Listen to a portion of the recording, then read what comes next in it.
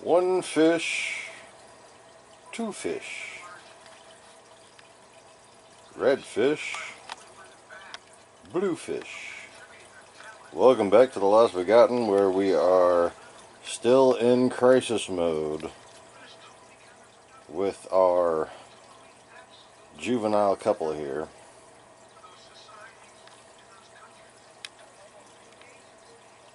Mai Tai is not sick, pretty much in there as a precautionary measure because I can't put her with the Blue Devils, and obviously I can't put her with a mated pair of Praziprios. So, anyways, the Anemone, it is still morning time, but the Anemone is growing nicely, and its tentacles are just, I don't know, I like the quality of them. Whenever I see what I consider to be a very nice established reef tank, the bubbles on the tentacles are nice and bubbly, okay? Very ornately bubbly. And just a simple, basic assertion, a common sense assertion. You can't end conflicts. As you can see, the smaller tentacles, which were just kind of shriveled little things even when it was open before, they're starting to get bubbly too. How can we not know that? And I have finally, we had to take out a loan. We took out a freaking loan to consolidate the payday loan that we had to take out for this freaking hospital tank. But we went ahead and got prepared to take over, well, not to take over, but to continue some of the coral that my friend Rick has in his shop when he shuts down in a year. But of course, you know, we don't have much money. So, PETCO $1 a gallon sale. We've got another freaking fish tank. Oh my god, I know. But it was only 30 bucks, okay? And I'm going to do very thin sand. And I think I already have enough rock. My plan is more than likely going to be to get this rock out of here. Once this is all back together, pull that power head out, make a breeding corner back here for the clownfish, possibly with the sea bay anemone, just because it might like that spot. Okay, once I have the lights all the way to the edge, right? But I don't know, I'm thinking a carpet would do well at a spot near the substrate, and a sea bay, which is usually, you know, cheaper, really common, but, you know, of course I can't fucking find one. But anyways, I don't want to add an anemone right now. I still have a little bit of this stuff in this tank. The perculas, let me go ahead and use the camera to take a real close look at them. Simple equation. When women are not allowed to contribute to the social, economic, and political life of their communities, perculas still showing. when they are able to. Oh wait, no, that was a spot on the tank. That was on the tank. It's not just Joe Biden saying this. Still showing no signs of illness. Not a single speck. Not a single hard breath. See, she's yawning. She's bored. And they're just chowing down on the copepods on the glass. Sorry, my glass is rather dirty right now. But, yeah, like I said, I've been in crisis mode. And with all those copepods on there at the moment, and the fact that these tanks aren't connected, I don't want to clean the inside of the front glass because, well, look at them chowing down. Why would I do that to them? Why'd you just clean my plate while I was in the middle of dinner? Well, you've been in the middle of dinner for about 5 days now. These are my little piglets. I love them. Anyway, back to the hospital tank. Alright, so right now these guys are on most of a dose of copper. When I get the copper back up to the level, it is, let me quiet down Joe Biden there. Okay, so when I get to the level of copper by doing a 2-gallon water change with a half a capful, because a capful treats 4 gallons, okay, I know I'm not getting it precise, okay, but at this point, neither of these fish have had a parasite since about 5 hours after I put them in there and did the first dosing, okay. And I've been letting the level gently drop. Every time I dose, it gets, you know, full strength-ish, then it gently drops, and then the sand sucks some of it out of here. Now this is day 3, okay, or day 4. Let me figure out. I'm kind of losing track. Okay, this is day 4. Well,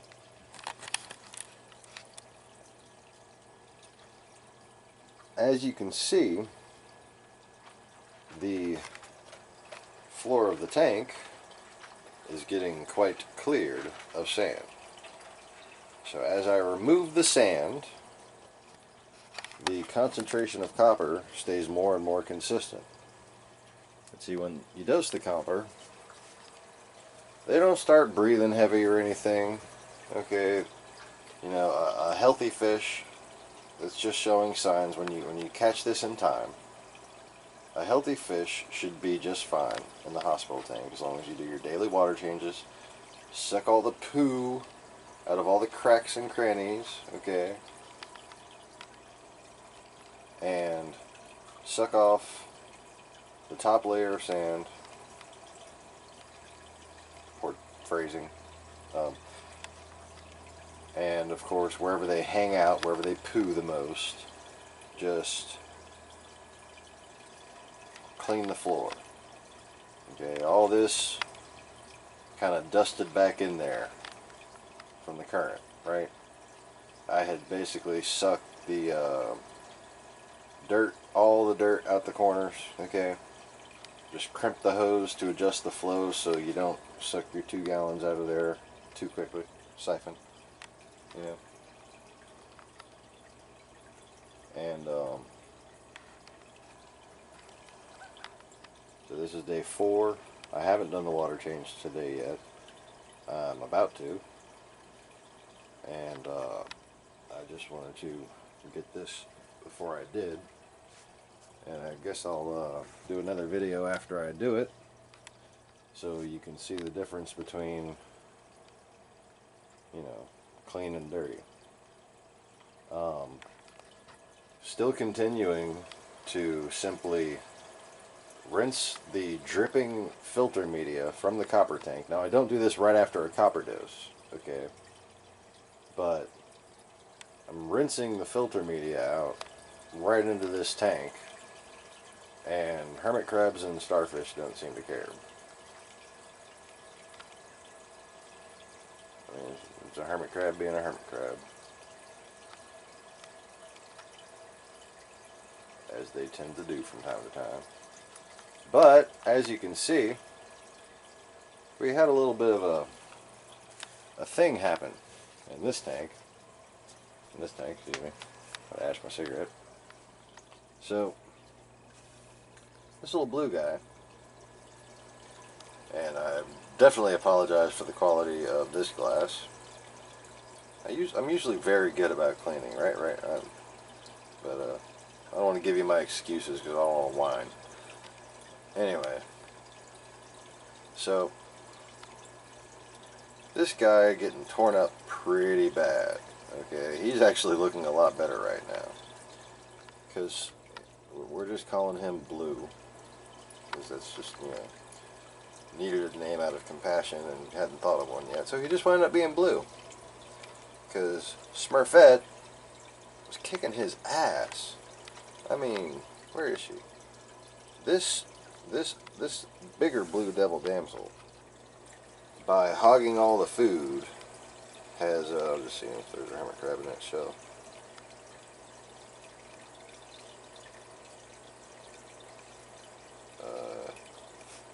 Yep.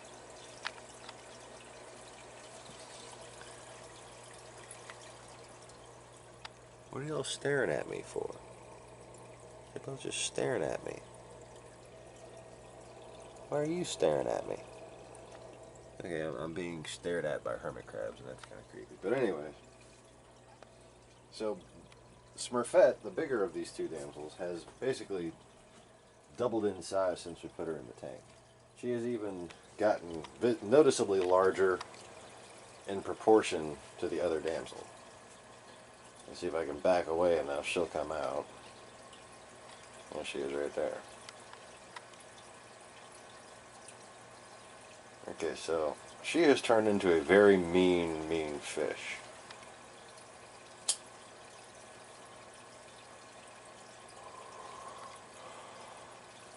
And I think that more than likely, if I wind up with some clownfish that outgrow this tank,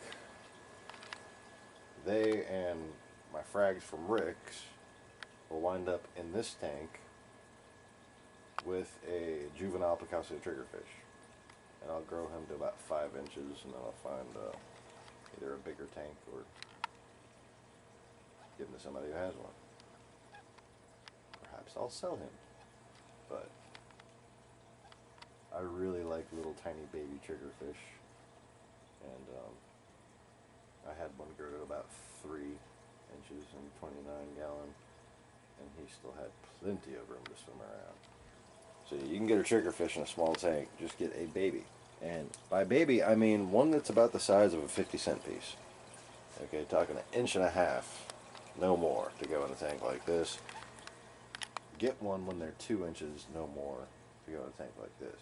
You don't want to buy a 3-inch triggerfish for a tank like this, because you just keep it for about 6 months, and then it's starting to just like tear up your tank because it's bored.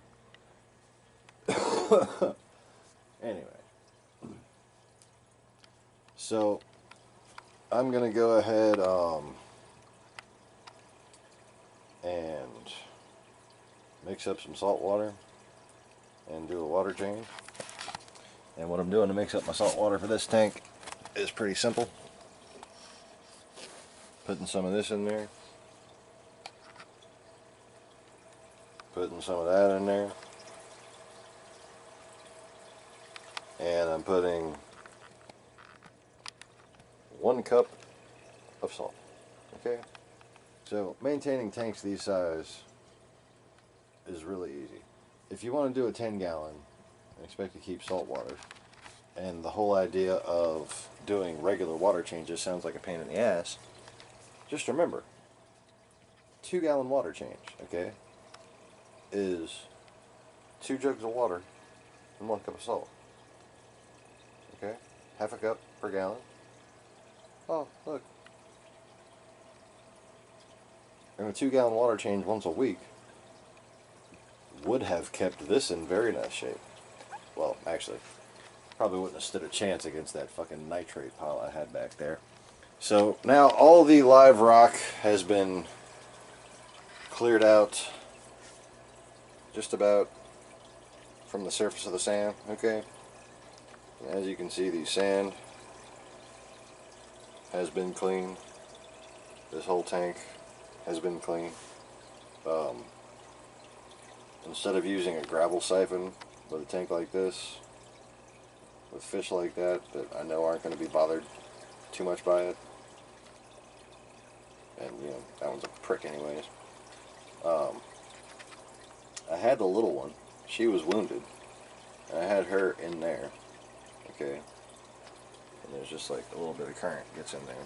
She wound up jumping out, obviously, because this is a piece of crap, but I've had that for a very long time. I still have stuff from my old 29-gallon that I had from like 94 to 2002. And that was like my 3rd fish tank. And yeah, got a 29-gallon now. How about that? Well, So all I did to clean this up was, and to catch the wounded fish, so I could let her recuperate in there for a while. You know, by the time she jumped out, she was healthy enough to jump out. And now I'm just kind of leaving that in there, in case we decide to move her. That's going to go in her new tank, basically. And, yeah, I'm just keeping that ready. Because, to catch a damselfish, you basically have to empty out a tank. Okay, a little damsel like this swims fast, man. I mean, really fast. And what I did to catch her or him or whatever is take all the rocks out of the tank. All the rocks. And that made a big mess. So I just made it the biggest mess possible. And I grabbed my net. Okay. Every time I moved a rock, I swished it out in the water, put it in the ice chest, had it sitting right here in the ottoman. Having a big ottoman right in front of your fish tanks can be very handy for lots of reasons. Kind of found that out on accident. So, just took the net. There's the net right there. That's why I'm moving the camera up there. I'm pointing with the camera because, yeah, it's my magic wand of science or whatever. Nope. There's a magic wand right there. Anyway. So you just kind of avoid stopping. And you avoid the flow of your filters or whatever. Power heads, whatever you got. And you can go through and just, especially if you're holding the net in one hand, you pick up the rock and then immediately scoop up that detritus. Okay? And then get everything in the tank that you missed. Alright? And what this does is allow, once everything settles, for only the small bits that bacteria can actually process to remain. And that way, the nitrate levels go down, your algae starts to look cleaner and prettier, okay? Instead of all funky and brown and bubbly and nasty and cyanide and shit, okay? That's still pretty funky right there. But I do enjoy this green grassy algae. I like that. I like that a lot. And the fish like it too. A lot. That's why this one's so territorial. Because she's got such a nice algae bed growing. Well, got all that swept out. Got as much of the rock as possible raised off the sand, as you can see. I left a couple of pieces of, I think a nub of staghorn, some bird's nests, and a couple pieces of acropora that I grew and that died when they all got crammed in here to begin with. And I think my mom might have poisoned my fish tank in those 3 days that we had to stay at her house with the U-Haul outside. Because she just seemed pissed off every time I was trying to take care of it. And then everything just died, just kind of for no reason, in my opinion. Like, I just think it should have been fine. You know, I mean, all of it, even the zinnias, even the fucking zinnias and the clownfish, everything's gonna die. I can understand algae starting to consume everything because I was doing water changes with this shit. But I was doing water changes, you know. It was like, what? How? Anyways. So yeah. Moving on. That's a little bit of a depressing topic. Clownfish! Happy, cheery clownfish. Yay, clownfish. Woohoo. Alright.